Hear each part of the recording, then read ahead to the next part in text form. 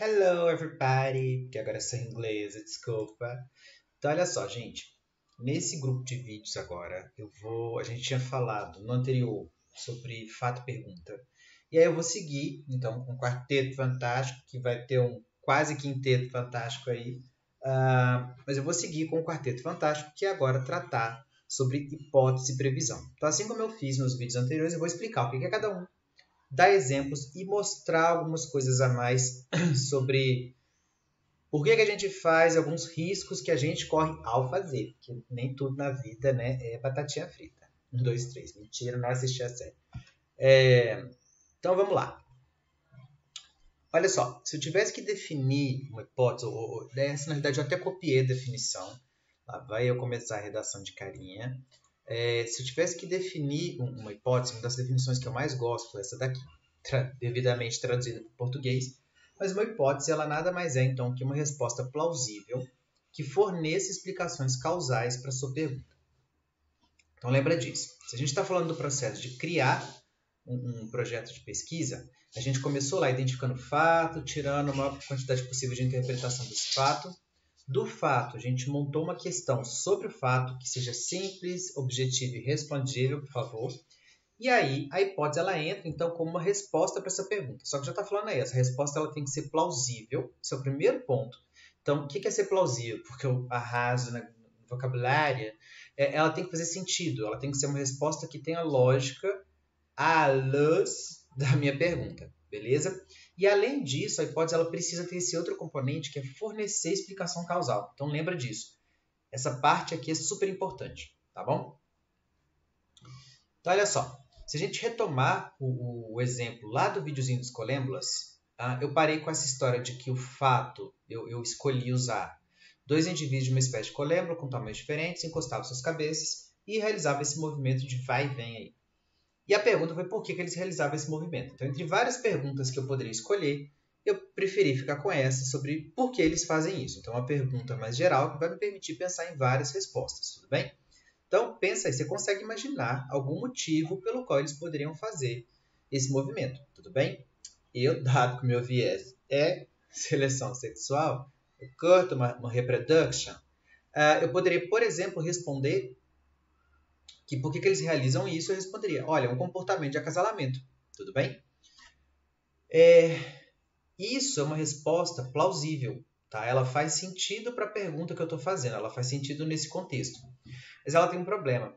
Ela não traz uma explicação causal nela, ela só responde. Ela é um comportamento de acasalamento. Não tem nada que tenha uma causa e um efeito dentro da hipótese. E a hipótese precisa ter causa e efeito, tá bom? Então, para tornar essa hipótese uma hipótese de verdade, botar causa e efeito, eu fiz uma mudança nela e eu vou trocar isso aí por isso aqui, ó. Cadê? Obrigado. Os machos estão sinalizando sua condição para aumentar suas chances de acasalamento. Tudo bem? Percebam que agora eu estou dizendo. Lembra que a hipótese, quando eu falei lá, tinha um componente A e um componente B? A respondia, B causava? Então tá aí, ó. Os machos estão sinalizando sua condição. Isso é o B, é o que causa. E o que responde é a chance de acasalamento. Eu poderia até trocar para algo menos determinista, que machos que sinalizam sua condição pelo vai e vem têm maior chance de acasalamento. Ficaria até um pouco melhor do que a forma como eu escrevi aqui. Mas o importante é botar que ela tenha que ter uma relação de causa e efeito. E ela tem que ser plausível, ela tem que fazer sentido, não pode ser uma coisa estapafúrdia. Beleza? Então vamos lá. Um outro ponto importante aqui, e aqui que vai entrar o meu quase quinto elemento, é que vocês viram que na aula a gente fala sobre premissa, hipótese e previsão. Então, como eu falei, premissa e previsão são coisas diferentes. Eu não falei nada de previsão até aqui. Mas percebam que nessa hipótese eu estou dizendo o seguinte, que são machos que estão sinalizando sua condição para aumentar a chance de acasalamento. Então eu estou dizendo que o bichinho, um dos bichinhos que faz o vai e vem ali, o pequenininho, eu estou dizendo que ele é um macho, tudo bem? E isso é o que a gente chama de premissa ou pressuposto, tudo bem? E nesse momento, por exemplo, eu não teria certeza se esse bicho é macho ou não. O ideal seria dar uma conferida para ver se é macho. Mas é basicamente uma informação que, para minha hipótese fazer sentido, essa informação tem que ser verdadeira, tá? Então, se eu pudesse definir o que é uma premissa ou pressuposto, premissa e pressuposto é a mesma coisa, tá? Isso é diferente de previsão. A gente sempre mistura essas caralhas. Ai, lá vai eu xingar no vídeo. Mas, enfim, a gente sempre mistura premissa ou pressuposto com previsão ou predição. São coisas diferentes. Então, premissa e pressuposto é um negócio que vem antes da hipótese. É algo que precisa ser verdadeiro para a sua hipótese fazer sentido. Tá aqui a definição bonitinha. Ó. Então, premissa é um negócio que se presume. O pessoal fala muito assumir também, mas assumir está errado. É presumir que seja verdade para que a hipótese faça sentido. Se ali não fosse um macho, se fosse, por exemplo, duas fêmeas interagindo, essa hipótese não faria o menor sentido. Percebe? Então, isso é super importante, que quando a gente monta uma hipótese, toda hipótese traz no mínimo uma premissa, no mínimo um pressuposto. E quanto mais certeza a gente tiver de que aquele pressuposto é verdadeiro, melhor, tá bom? Às vezes a gente precisa, para algumas hipóteses, uns pressupostos que a gente não tem tanta certeza. A gente diz que é um pressuposto frágil. E o problema é, se você fez o trabalho inteiro e você descobriu que o seu pressuposto é falso, todo o seu trabalho vai para o lixo, tá? Então, se eventualmente você vai trabalhar com uma hipótese que você está usando um pressuposto que você está muito inseguro sobre ele, o ideal é não usar aquela hipótese, transformar o seu pressuposto em hipótese, avaliar para ver se ele acontece mesmo. E aí sim, seguir com o trabalho, beleza? Então lembra disso. Pressuposto é um negócio que é bom você ter uma certeza maior de que ele é verdadeiro, porque ele tem que ser verdadeiro para a hipótese fazer sentido, para ela ser plausível, tá bom? Então, até agora, se a gente pegar o conjunto de vídeos anteriores com esse, eu acho que eu preciso me mudar de novo, vem para cá. A gente viu que a construção do projeto ela teria 3 fases, então. Beleza? A gente está bonita, a gente está advanced, a gente já sabe o que é a hipótese. Então, se eu fosse construir um projeto, eu começaria com identificar um fato. Não fiquem assim, mas normalmente isso é o que a gente passa quando está identificando um fato. A gente passa para uma outra fase muito prazerosa, que é formular a pergunta. Então, só rola um pouquinho, mas tenta ficar numa posição confortável, por favor. Porque a gente tem que formular a hipótese, que é quando a gente tenta não chorar demais. Minha cara atrapalhando a minha piada aqui nesse caralho. Tá bom? Então, até esse momento, a gente teve 3 etapas tranquilas e fáceis para poder fazer o trabalho da gente. Só que depois que a gente chega na hipótese, normalmente a pergunta que vem, que seu orientador vai fazer para você, cadê meu mouse? Tá aqui. Vai ser isso aqui. Tá, você tem a hipótese, como é que você testa ali então? Então pensa assim, Judite, você já morreu naquelas 3 etapas. Você ainda tem que testar ela. Então, normalmente a cara é essa, que não aparece porque perdi o time da piada. É essa, tudo bem? Assim, como é que eu testo essa demônia que eu cheguei nela? Tá? O trabalho ele não para só em formular a hipótese. Você precisa testar, você precisa dos resultados associados a essa hipótese para você saber se tem suporte ou não para ela. Tá bom? E é aí que vai entrar um outro componente super importante, que é a previsão. Então, olha só. Isso aqui é uma coisa que tem muita variação hoje em dia. Eu vou mostrar a definição mais pura, que é o jeito que, por exemplo, eu trabalho pesadamente no laboratório. Mas isso vocês vão realmente achar muita variação nos artigos, tá bom? Mas previsão, ela seria o 4º membro do Quarteto Fantástico. Ultra mega power importante. E a definition dela é isso aí. Uma previsão ou predição, vocês vão achar muita gente falando predição também, é a mesma coisa.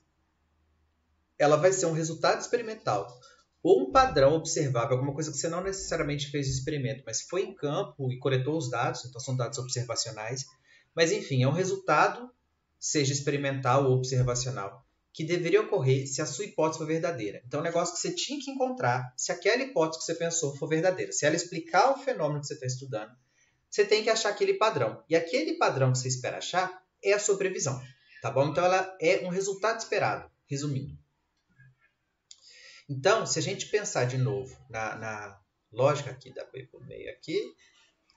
Se a gente pensar na lógica da hipótese que eu mostrei agora, então eu botei assim, mais estão sinalizando sua condição, suas condições para você ser analfabeto, desculpa. Mais estão sinalizando sua condição, deixa eu dar um pause aqui para resolver esse negócio, espera aí. Olha as maravilhas da internet, ninguém viu, já arrumei, o toque não está mais atacando. Mas então a hipótese foi de que mais estão sinalizando sua condição para aumentar a sua chance de cópula. Então perceba que se eu preciso avaliar ou testar essa hipótese, então o que eu vou ter que fazer nesse passo é pensar numa previsão, tá bom? Paulo, tem que ser uma única previsão? Não. Quanto mais previsões você gerar para uma mesma hipótese, melhor, porque isso indica que você tem mais de... Deixa eu voltar. Se você, por exemplo, tem 2 ou 3 previsões e você encontrou todas elas, Então, aqueles resultados que você esperava encontrar, de fato você encontrou, você vai poder encher a boca para dizer que você tem mais de uma linha de evidência em suporte da sua hipótese. Isso é lindo, porque se você tem várias linhas de evidência diferentes, dando suporte para a sua hipótese, quando você está lá naquela fase final de mandar o seu texto para alguém, para um revisor de uma revista, para ver se ele vai ser aceito ou não, é muito improvável que o cara fale assim, eu não acho que seu resultado mostra isso. Porque você tem 3 resultados diferentes dando suporte. Então é super bom trabalhar com mais de uma previsão sempre que possível. Às vezes não dá. Mas tem outro ponto também que é importante. Se você está trabalhando com 3 previsões, 4 previsões, e pelo menos uma delas não foi encontrada, isso é sinal de que a sua hipótese, na forma que você pensou ela originalmente, ela é falsa. Então você tem que rejeitar a sua hipótese, tudo bem? Você só aceita sua hipótese se você encontrar todas as suas previsões. Mas, Paulo, essa previsão aqui que eu rejeitei, ela não quebra a minha hipótese inteira, ela quebra só um pedaço. Beleza, então você vai fazer uma hipótese nova com esse pedaço arrumado. Então, a rigor, sua hipótese original foi rejeitada e você postulou uma hipótese nova, que é uma variação da hipótese anterior. Mas lembra disso, montem previsões que, se você não encontrar elas são capazes de rejeitar a sua hipótese. E é importante pensar nisso, importante para um querelho, beleza? Mas vamos lá. Voltando para esse exemplo aqui, eu tinha essa hipótese e eu posso pensar em, por exemplo, 2 previsões para ela. A primeira, não quer aparecer, vem para mim, obrigado. Se os machos, naquele movimento, se aquele movimento de vai e vem, ele acontece porque os machos estão sinalizando sua condição para aumentar a chance de cópula, eu posso fazer essa previsão aqui, ó. Por exemplo, a absorção do espermatóforo. Lembra que no vídeo tinha uma gosminha no final? Que ela fazia a fêmea, o bicho maior que a fêmea absorvia? Aquilo ali é sinal de que a cópula ocorreu, tá bom? Então, eu estou basicamente dizendo aqui que houve cópula quando eu digo que é a absorção do espermatóforo, tá? Mas a previsão seria, então, que a absorção do espermatóforo pelas fêmeas deveria ocorrer somente depois que o macho tenha feito o movimento de vai e vem. Porque se ele é um movimento para sinalizar a condição, se o macho não faz isso, a sinalização não aconteceu, então isso não deveria estimular a fêmea para finalizar ou para realizar a cópula, tudo bem? Então, minha previsão tem que acontecer o movimento para a absorção do espermatóforo, para eu conseguir observar a absorção do espermatóforo. Mas eu poderia fazer uma segunda previsão também, de que a absorção do espermatóforo pelas fêmeas ela deveria ser mais provável quando os machos realizarem, de novo eu errei o português ali, mas tudo bem, quando os machos realizarem movimentos de vai e vem mais longos, então quando eles forem capazes de andar por distâncias maiores, tá bom? Então, eu posso pensar em 2 previsões diferentes aqui, ambas deveriam ser encontradas se essa hipótese for verdade, tá? E aí uma pergunta que eu sempre escuto quando eu ensino previsão é justamente como é que a gente diferencia hipótese de previsão, porque às vezes parece que é a mesma coisa, tá? E aqui, gente, eu diria que é uma das partes mais importantes do vídeo. Então, você vai parar, vai voltar. Se você não entender, você dá pausa e volta, porque esse eu realmente preciso de muita atenção, tá? Então, olha só. Maldição. Dessa vez eu xinguei bonito. Quando a gente pensa num trabalho de pesquisa, e isso também se reflete no texto que vocês vão escrever, esse trabalho normalmente ele vai ser composto de 2 planos. Chora porque agora eu estou esotérica. Beleza? A gente vai ter um plano, que é o plano teórico, que é o plano das ideias, que é onde a sua hipótese vai estar localizada, basicamente. Onde você está pensando nos mecanismos que explicam os padrões que você observou, que explicam o fato ali que você tinha uma pergunta. Chora. Tá bom? E a gente vai ter um plano, que é o plano empírico, que é basicamente aquele momento em que você bota a mão na pasta, em que você coleta os dados. Então, o plano teórico ele tem os aspectos da teoria, ele tem a sua hipótese, e o plano empírico ele vai ter o resultado do seu experimento, os dados do experimento, os dados de observação, os resultados de forma geral. Tá? O ponto aqui é que tem tem um certo salto do plano teórico para o plano empírico. Porque no plano teórico eu sempre estou falando de coisas muito gerais, que vão poder explicar padrões para várias espécies diferentes, para vários sistemas, para várias comunidades, para várias populações distintas. E quando eu estou falando do plano empírico, eu estou falando do meu modelo de estudo, seja da minha população, da minha comunidade, da minha área, do meu organismo de estudo, tá bom? Então, a previsão, ela basicamente ela é uma ponte, ela vai conectar, ela é pensada para ela conectar o plano teórico com o plano empírico. Tá bom? É basicamente seu mapa astral aqui.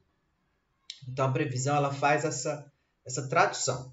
E aí, o que acontece? Para a gente poder diferenciar, então, hipótese e previsão, a gente vai trabalhar com esse negócio que eu chamei de variável teórica e variável operacional. Tá? Então, hipótese ela é uma resposta plausível para a sua pergunta. Ela traz relação de causa e efeito, mas ela vai conter nela variáveis teóricas, necessariamente. E previsão, ela também tem uma relação de causa e efeito. Tudo bem? A absorção de esperma, de espermatófilo só ia acontecer se tivesse movimento de vai e vem. Ela tem causa e efeito também, só que ela vai trazer variável operacional.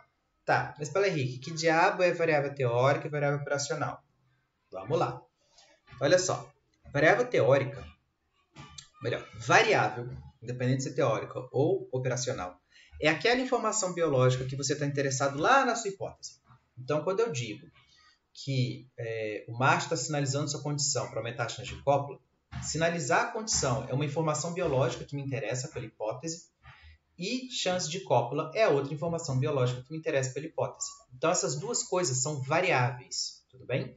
E a variável chance de cópula depende da variável sinalizar a condição. Quando é que uma variável, então, vai ser teórica? E na previsão eu também tenho transferência de espermatófilo, absorção de espermatófilo, variável, dependente. E realizar ou não realizar o comportamento de empurrado também é variável, nesse caso, independente, tá bom? Mas, então, o que é teórica e o que é operacional? A teórica ela vai conter, então, uma informação que é geral. Então, eu consigo pensar na minha variável teórica para várias espécies diferentes. Mas ela é um negócio que eu não consigo medir. Então, se a gente pensar assim, macho está sinalizando sua condição. Sinalizar a condição é uma coisa que eu consigo pensar para o colêmbula, mas eu consigo pensar para um monte de espécies diferentes. Eu consigo pensar, por exemplo, uma baleia, um macho de baleia que sinaliza sua condição para a fêmea de baleia. Eu consigo pensar um macho de vespa que sinaliza a condição para a fêmea de vespa. Então, sinalizar a condição, ela tem uma vantagem super bacana de que ela é geral. Eu consigo pensar ela para vários grupos, vários modelos de estudos diferentes. Mas ela é foda porque eu não consigo medir ela diretamente. Como é que eu meço condição? Condição 1, 2, 3 não existe. Eu teria que ou usar uma medida do bicho, ou uma medida fisiológica, ou fazer um monte de medidas e criar um índice, percebe? Então, a variável teórica ela vai na hipótese sempre, e ela tem essa vantagem que eu consigo pensar ela para várias espécies diferentes. E a variável operacional, então, é como eu traduzir essa variável teórica para o meu sistema de estudo. Então, ela vai ter uma informação agora que é focada no modelo de estudo, mas que representa a variável teórica, tá? Mas ela, obviamente, vai ser mensurável. Então, por exemplo, eu estou dizendo que o macho está sinalizando sua condição. Sinalizar a condição pode ser o ato de realizar ou não realizar o comportamento de vai e vem, uma opção, ou o comprimento que eu estou medindo ali, a distância percorrida pelo macho enquanto ele realiza o movimento de vai e vem. Também uma forma de medir a condição. Uai, Paulo, mas você tem duas formas diferentes para uma mesma variável teórica? Variáveis teóricas, em geral, elas permitem que mais de um tipo de variável operacional seja criada. Isso é super bom, tá bom? Então lembra disso, a variável operacional é como eu estou botando a mão na massa para conseguir estimar a minha variável teórica. Variável teórica vai na hipótese, variável operacional vai na previsão. Ai, mas eu ainda estou com dificuldade. Tem exemplo? Tem exemplo, meu bem. Chora aqui, ó. Deixa eu arredar aqui. Vamos pensar, por exemplo, duas variáveis teóricas universais aqui. Tamanho. Tamanho é uma variável teórica super comum. A gente sempre está falando de alguma coisa que envolva tamanho. Tamanho do bicho, tamanho do local, tamanho do habitat, tudo bem? E acasalamento, por exemplo, na minha área é super comum. Acasalou ou não acasalou. Só que tamanho é a mesma história. Eu não tenho tamanho 1, 2, 3. Eu preciso estimar esse tamanho. Acasalamento, no caso do colêmbula, é a absorção de espermatófilo. Mas dependendo da espécie, não vai ser absorção de espermatófilo porque nem existe espermatófilo. Então, por exemplo, para tamanho, eu posso pensar no comprimento aqui entre a inserção da asa no tórax aqui do passarinho até a ponta da asa. Isso pode ser uma estimativa de tamanho, eu meço o comprimento da asa dele. E, por exemplo, uma espécie de libélula, eu vou dizer que houve acasalamento quando eu observar essa configuração aqui. Isso aqui é um macho, esse azulzinho. Isso aqui é uma fêmea, tudo bem? E o acasalamento ele ocorre quando o macho segura a fêmea com o final do abdômen dele entre a cabeça e o tórax dela, que a gente chama de tandem, e a fêmea curva o abdômen dela, de forma que ela bota o aparelho reprodutor dela, a vagina, aqui no pênis do macho. Sim, libélulas têm pênis. Então, quando eu observo essa posição aqui, eu digo que ocorreu um acasalamento. Percebe? Então, isso aqui é uma operacionalização para tamanho, comprimento de asa, e observação desse contato genital aqui nessa espécie de libélula é uma operacionalização para acasalamento. E se eu trocar o organismo de estudo, provavelmente eu vou trocar a medida. Então, por exemplo, se eu for agora para uma árvore, eu posso medir a circunferência e a altura do peito como medida de tamanho da árvore. Tudo bem? Então, eu vou lá medir a circunferência. Também uma forma de estimar tamanho. Se eu for estudar, por exemplo, salmão, não tem órgão intromissor. Então, a fecundação é externa. Então, eu vou dizer que houve acasalamento quando eu observar machos e fêmeas liberando os gametas aqui, nessa área. Então, a forma de operacionalizar de criar a minha variável operacional depende do tipo de trabalho do organismo de estudo que eu estou interessado. Tá bom? Mas lembra disso. Hipóteses têm variáveis teóricas. Previsões têm variáveis operacionais. Tá. E agora, um conjunto de dicas bem úteis quando vocês estiverem pensando nessa confusão toda aqui. Eu acho que funciona bem aqui nesse caso. Vamos lá. Quando a gente pensa em hipótese, a gente tem dois grandes grupos aí. Hipótese que a gente chama de hipótese bidirecional e hipótese que a gente chama de hipótese direcional. O que é a bidirecional? Ela é uma hipótese que diz que uma coisa está relacionada com a outra, mas não diz para que lado que é essa relação. Então, por exemplo, eu posso dizer que A é afetado por B ou relacionado a B, tá bom? Quando eu digo isso, eu posso ter uma relação do tipo A aumenta quando B aumenta, ou A diminui quando B aumenta. Então, eu posso ter uma relação positiva ou negativa. As duas coisas funcionam aqui como resposta para essa hipótese bidirecional, tá bom? E, obviamente, a hipótese direcional ela dá uma direção. Então, ou eu vou ter uma hipótese de A é negativamente afetado relacionado com B, quer dizer que quando B aumenta, A diminui. Ou A é positivamente afetado ou relacionado a B, quer dizer quando B aumenta, A também aumenta, tá bom? E isso é uma hipótese direcional. Agora eu preciso me mudar de novo. Mas, Paulo, quando é que eu uso cada uma? Sugestão, gente. Se você tiver num trabalho que você não tem uma expectativa teórica muito clara, que te permita dar uma direção, aí você vai para a hipótese bidirecional. Mas deixa ela para ser sua última opção. Tudo bem? Então, se você não tiver expectativa teórica, adoro os termos que eu crio, para fornecer uma direção específica, você só diz que A e B estão relacionados ou B afeta A, beleza? Mas normalmente, quando a gente está montando uma hipótese, a gente já tem uma expectativa teórica, seja para um lado ou seja para o outro. E aí, sempre que você tiver isso, vai para direcional, tá? Então, você vai usar quando você tem expectativa teórica para dar uma direção. Então, por que, sei lá, uma relação espécie-área? A gente sabe que áreas maiores elas comportam mais recurso, mais abrigo, e elas comportam, então, uma diversidade maior de espécies. Então, eu ia dizer que à medida que a área aumenta, a diversidade de espécies também aumenta. Eu não ia dizer que a área e espécie está relacionado, tudo bem? Mas, Paulo, eu estou trabalhando num sistema que eu tenho um mecanismo que me faz crer que A vai aumentar com B, então seria positivamente relacionado, mas eu tenho um outro mecanismo alternativo que diz que A vai ser negativamente relacionado com B. O que eu faço nesse caso? Você apresenta as duas hipóteses, mas não apresenta ela como uma bidirecional, não. Você apresenta assim, ó, se o mecanismo A for verdade, minha hipótese A é essa. Se o mecanismo 1 for verdade, minha hipótese 1 é essa. A é negativamente afetado por B. Se o mecanismo 2 for verdade, minha hipótese 2, é essa. A é positivamente afetado por B. Apresenta como duas hipóteses mutuamente excludentes, que é um negócio lindo de Deus, beleza? Você vai estar trabalhando num campo que a gente chama de inferência forte, com hipóteses mutuamente excludentes. É um jeito bem legal de fazer um trabalho. Mas apresenta separadamente se você tem argumento para isso. Se você tem argumento só para uma direção, fica com a hipótese só de uma direção. Se você não tem um argumento para suportar direções na hipótese, você apresenta a bidirecional. Mas uma coisa mega importante que eu vejo acontecer horrores, não faz.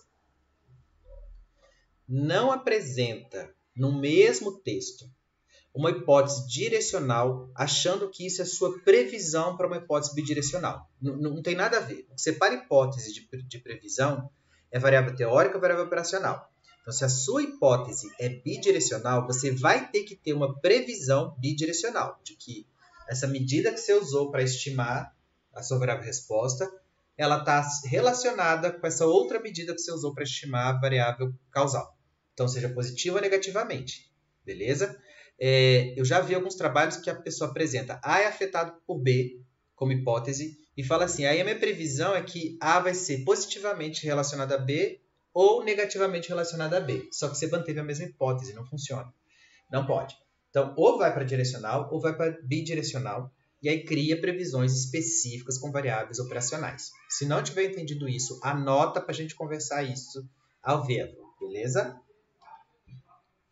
O que mais que eu tenho de dica útil? Ah, sim.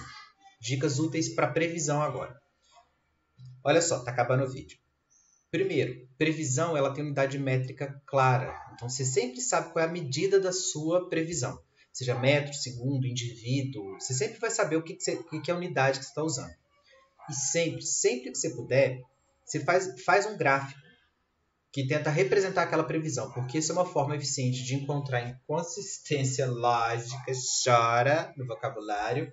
E também é um jeito bem bacana de te ajudar a preparar seus experimentos. Porque sim, você vai fazer isso aqui tudo antes de ir para campo, tá bom? Então, por exemplo, eu tinha essa previsão 2 aqui, de que a absorção do espermatóforo pela fêmea deveria ser mais provável quando o macho realizar esse movimento de vai e vem mais longo. Se eu fosse fazer uma figura, provavelmente eu faria um negócio assim, ó, eu colocaria a absorção do espermatóforo como variável resposta, então não absorve, e absorve, por exemplo, chamar o não de 0 e o yes, porque eu botei em inglês aqui, de 1, beleza? E aqui no x eu colocaria a distância de deslocamento. Provavelmente teria uma coisa assim, ó. Ah, Paulo, mas eu não tenho os dados. Sim, você não tem. Eu estou fazendo um gráfico do que eu prevejo que deva acontecer. Ou seja, à medida que a distância de deslocamento aumenta, a probabilidade de eu ter várias cópulas vai aumentar. Então, eu tenho um Szinho aqui para cima. Isso é bem bacana, ajuda bastante, porque às vezes você não consegue desenhar um gráfico, você pensa, peraí, tem alguma coisa errada no tipo de dado que eu estou coletando. Pode ser no experimento, pode ser no dado. Beleza? Eu acho que eu acabei aqui. Acabei, só dei um spoiler aqui para saber o que eu tinha que falar. Então, beleza, pessoas? Já vimos aqui hipótese e previsão. Super importante como separar hipótese e previsão. Vou parar o vídeo nesse, vamos seguir para um segundo com alguns exemplos disso na prática. Beleza? Thank you!